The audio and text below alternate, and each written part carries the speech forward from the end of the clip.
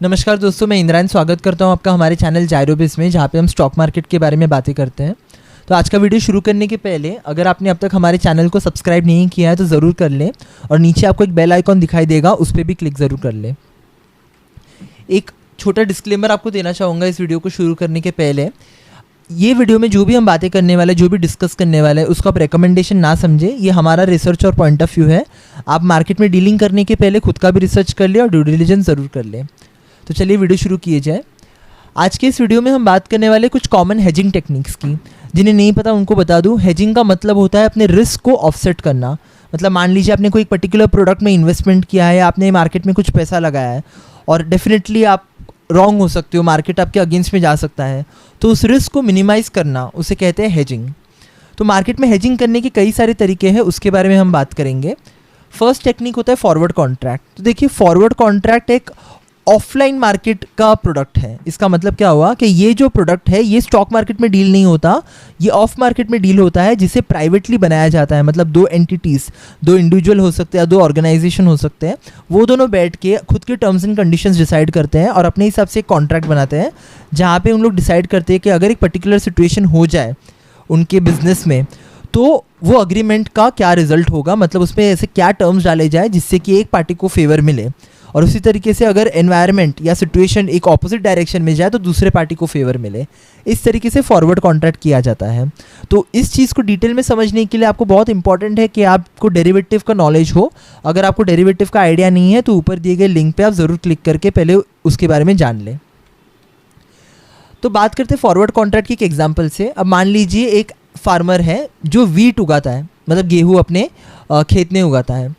अभी मान लीजिए कि वो जो वीट उगाता है वो सप्लाई करता है एक बेकर को, मतलब जिसका बेकरी है वो ब्रेड मैन्युफैक्चर करता है, तो ब्रेड मैन्युफैक्चरर को वो सप्लाई करता है।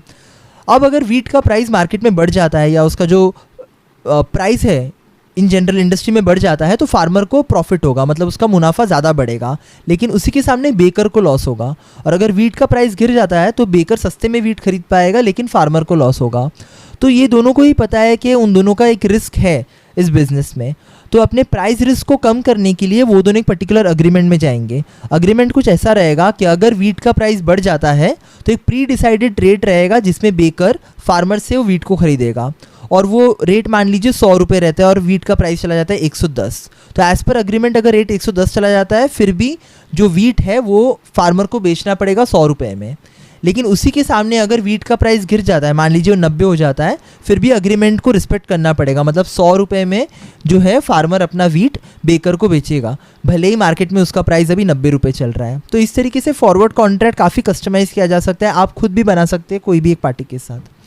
लेकिन अगर आपको इस चीज़ को स्टॉक मार्केट में करना है तो उसे हम कहेंगे फ्यूचर कॉन्ट्रैक्ट। फ्यूचर कॉन्ट्रैक्ट में बेसिकली इस चीज़ को आप स्टॉक्स, फ्यूचर्स और ऑप्शंस के ज़रिए यूज़ कर सकते हैं। तो इसे एक एग्जांपल के तौर पे समझते हैं रिलायंस इंडस्ट्रीज़ के शेयर पे। मान लीजिए आपके अकाउंट में रिलायंस के 1000 शेयर्स है और मान लीजिए आपने 100 रुपये में वो शेयर्स खरीदे हैं। तो अगर आपके पोर्टफोलियो में रिलायंस के शेयर्स है तो ऑब्वियसली आप चाहेंगे कि वो शेयर का प्राइस बढ़े और आपको प्रॉफिट हो, लेकिन ऑब्वियसली आप रॉन्ग भी हो सकते हैं। तो इस चीज़ को हेज करना बहुत इंपॉर्टेंट है। अभी हेजिंग करने का एक तरीका है कि आप रिलायंस का जो फ्यूचर कॉन्ट्रैक्ट है उसे शॉर्ट करें। तो उससे होगा क्या, मान लीजिए आपके पोर्टफोलियो में रिलायंस के शेयर्स है और आपने फ्यूचर को शॉर्ट किया। अगर रिलायंस का शेयर गिर जाता है तो आपके पोर्टफोलियो में आपको लॉस दिखाई देगा, लेकिन जो रिलायंस का जो फ्यूचर कॉन्ट्रैक्ट है वहाँ पे आपको प्रॉफिट दिखाई देगा। तो जैसे कि यहाँ पे दिया गया है, if the spot price of Reliance industry stock falls then you will face loss in your portfolio but you will gain in your future market. और उसी तरीके से अगर रिलायंस का जो शेयर का प्राइस है वो बढ़ जाता है तो आपका पोर्टफोलियो आपको प्रॉफिट में दिखाई देगा, लेकिन आपका जो फ्यूचर कॉन्ट्रैक्ट है वो आपको लॉस में दिखाई देगा। तो ये रिस्क जो है वो ऑफसेट कर देता है, आपका जो पोर्टफोलियो थोड़ा और बैलेंस हो जाता है, रिस्क को मिनिमाइज किया जाता है। तो इसी को कहते हैं हेजिंग करना। अब इस चीज़ को आप ऑप्शंस के थ्रू भी कर सकते हैं। अब जैसे रिलायंस इंडस्ट्रीज़ आपके पोर्टफोलियो में है, लेकिन अगर रिलायंस नीचे जाने का चांसेस है तो आप पुट ऑप्शन बाई कर सकते हैं। और अगर रिलायंस इंडस्ट्रीज एक्चुअली नीचे जाता है तो भले ही पोर्टफोलियो में आपको लॉस दिखाई देगा, लेकिन जो आपका पुट ऑप्शन है वहाँ पे आपको प्रॉफिट दिखाई देगा। तो जैसे कि आप यहाँ पे देख सकते हैं, यहाँ पे दिया हुआ है if the spot price of Reliance industry stock falls by below 100 rupee then you have the right to sell the stock at a higher strike price. जैसे मैंने आपको बताया आपको ऑप्शंस का नॉलेज होने की ज़रूरत है, लेकिन इसका सिंपल मतलब ये है कि आपको जो ऑप्शन ट्रेड है पुट ऑप्शन वो आपको प्रॉफिट में दिखाई देगा, लेकिन जो आपका स्टॉक है वो आपको लॉस में दिखाई देगा। उसी तरीके से अगर आपको लग रहा है कि रिलायंस का शेयर का प्राइस नीचे जाने का चांस है तो आप कॉल राइटिंग भी कर सकते हो। अगर आप कॉल राइटिंग करोगे तो आपका प्रीमियम आपको मिलेगा और वहाँ पे आप गेन कर लोगे, भले ही आपका पोर्टफोलियो में आपको लॉस दिखाई देगा। एक और तरीका है हेजिंग करने का और ये काफ़ी कॉमन तरीका है, उसे कहते हैं गोल्ड परचेस करना।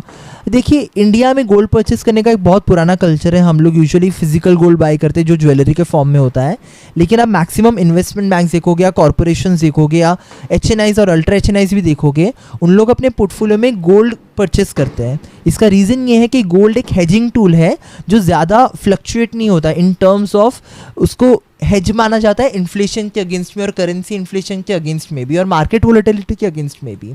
जो बेनिफिट ऑफ गोल्ड है वो मेन तो है डाइवर्सिफिकेशन, कि आपके पोर्टफोलियो में और एक एसेट ऐड हो जाता है। दूसरे सेफ हैवन, मतलब जब पूरी दुनिया जो है वहाँ पे अगर इकोनॉमिक टर्मोइल भी चल रहा है फिर भी गोल्ड जो है वो आपको एक सेफ इन्वेस्टमेंट प्रोवाइड करता है। और लास्ट है इन्फ्लेशन हेज, कि अगर मान लीजिए इन्फ्लेशन काफ़ी बढ़ रहा है दुनिया में, लेकिन लोग जो है वो टाइम पे गोल्ड परचेस करना प्रेफर करते हैं और इसी रीज़न से गोल्ड जो है एक अच्छा हेजिंग टूल है, डाइवर्सिफिकेशन भी आपको प्रोवाइड करता है। तो ये थे कुछ कॉमन हेजिंग टेक्निक्स। आज की वीडियो में बस इतना ही। अगली वीडियो में आपसे फिर मुलाकात होगी, लेकिन वीडियो को ख़त्म करने के पहले कुछ इंपॉर्टेंट नोट। जैसे आपको पता है हम लोग एंजल 1 के ऑथराइज पर्सन हैं, तो अगर आप हमारे साथ ट्रेडिंग और इन्वेस्टमेंट करना चाहते हैं, स्टॉक्स और म्यूचुअल फंड में इन्वेस्ट करना चाहते हैं, तो आप हमारे साथ एक डीमैट और ट्रेडिंग अकाउंट ओपन कर सकते हैं। अकाउंट ओपनिंग का लिंक नीचे डिस्क्रिप्शन में दिया हुआ है। उसी के साथ हम स्टॉक मार्केट का ट्रेनिंग भी प्रोवाइड करते हैं, हम लोग ट्रेडिंग के एडवाइजेस भी देते हैं और हम चैनल पार्टनर भी बनाते हैं। चैनल पार्टनर बनने के काफ़ी ज़्यादा फ़ायदे हैं, जिसमें आपको एक एक्स्ट्रा रेवेन्यू इनकम करने मिलता है और आपको एक added source of business income आ जाता है। तो अगर आपको और भी जानकारी चाहिए तो नीचे हमारे कॉन्टैक्ट डिटेल्स दिए हुए हैं। तो जैसे मैंने बताया आज की वीडियो में बस इतना ही, अगली वीडियो में फिर मुलाकात होगी। Thank you.